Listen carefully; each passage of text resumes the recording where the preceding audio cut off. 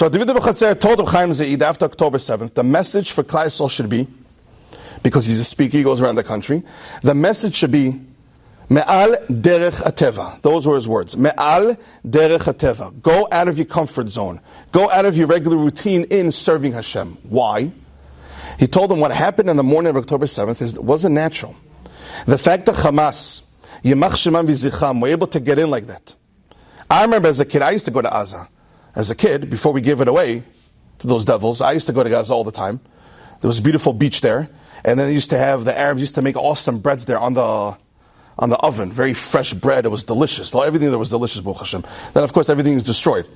But I remember it was known that if a chatula, goes near the Gadel, near the gate of Gaza after we gave it away, it was known that cat's going to be shot 20 times before it blinks. And suddenly, Hamas, Yimach Shemam, were able to break the fence. Makes no sense. Able to break the fence, go in the thousands, and also spend almost 12 hours, 15 hours roaming around as if it's a walk in the park. You're talking about the state of Israel. It's not like some nerdy country. The IDF is a very, very powerful army, Baruch Hashem. How did that happen? It's me'al derech hateva. It was not a natural situation. So it says of David B'Chatzer, Hashem's message to the Jewish people is from this war, do something, do something that's a little more uncomfortable for you, for HaKadosh Baruch Hu, for Torah and mitzvot. Take something that's a little harder than usual to do, but do it. Because this war is unusual. So he went around and he spoke about it. He gave a speech. A girl comes over to him. Her name was Tammy. First name was Tammy. Single girl, an orphan also. She comes over to him. She tells him, Rabbi, I want to do something for the Jewish people. Everybody was inspired, especially right after the war. I want to do something for the Jewish people. She took upon herself to take all her savings from her piggy bank, and she wanted to go buy pairs of tzitziot for the soldiers. For those who remember, right when the war happened, there was a lack of tzitziot for the soldiers. So she said, I want to sponsor tzitziot, and I actually have over here for over once afterwards.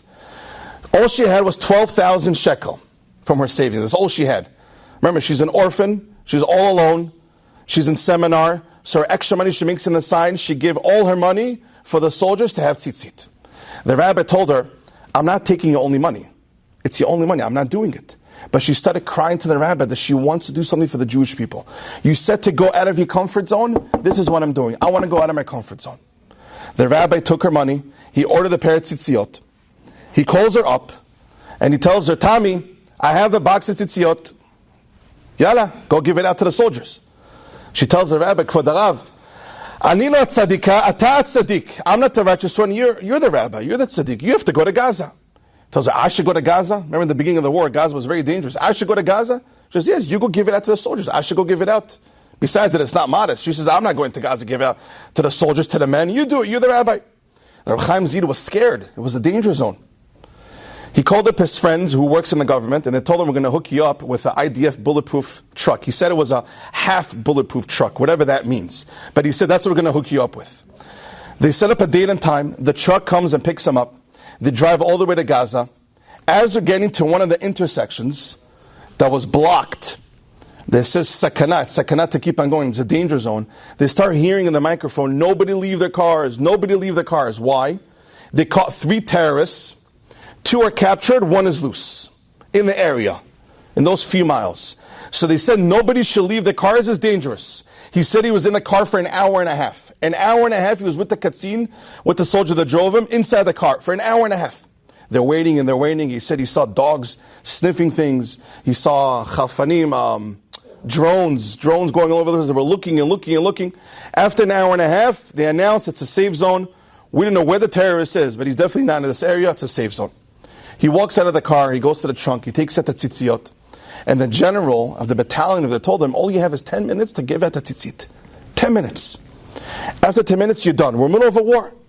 Now, he told me, by the way, that David B'Chatzer told him, when you go to the soldiers, make sure you sing this song to them, because when you sing this words, it gives shefa, it gives berecha to the Jewish people. Rabbi, you heard this before?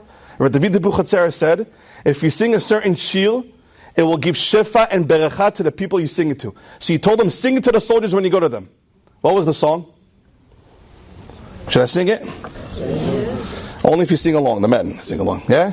Hoshia et amecha, uvarech et nachlatecha, ure, mure, mure, mure, venasem. Nobody sing along. Ure, venasem adolam. Hoshia et amecha, uvarech et nachlatecha, ure, mure, mure, mure, venasem, mure, venasem adolam. They were singing it and singing it and singing it. And he said it was such a ma'amad, it was such a beautiful scene. He's throwing tzitzit. He said one soldier remembers he has to put on tefillin. He pulls out his tefillin, puts it on. He said it was such a fun situation. He has one pair of tzitzit left. Rabbatai, listen to the story. Nes gadol haya bizmanenu. A big miracle happened in our times. There was one soldier several feet away from him. And he screamed to the rabbi, Kvod Harav, throw me a pair. Kvod Harav, he raised his hand. Ruchaim Ze'it took a pair of tzitzit, and it wasn't in the bag like this, it was loose tzitzit. He took the tzitzit and he tried his best, he said, to chuck it.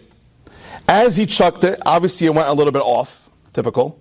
And then the tzitzit lands on a sela, on a huge rock.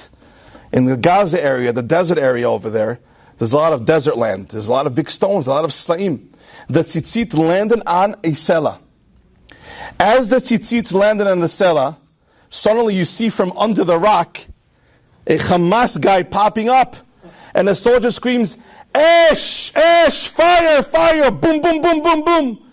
They killed that devil on the spot, the Hamas guy. Which means, as soon as the tzitzit landed on the sela, I guess the tzitzit tickled his ear, the Hamas guy, under the, I don't know what happened, but he tickled his ear a little bit. He's like, I don't know what's going on. Who knows what the Israelis came up with now? The guy gets up, boom, killed him on the spot. Which means one pair of tzitzit from this girl, Tommy, all the way in Bnei Brak, that she donated, who knows how many Jewish soldiers she saved, Rabotai. One pair of tzitzit. You hear this? Lands in the sela. Boom, the Hamas guy gets destroyed, gets killed, the one that was missing the whole time. One pair of tzitzit, one mitzvah that she went out of the comfort zone.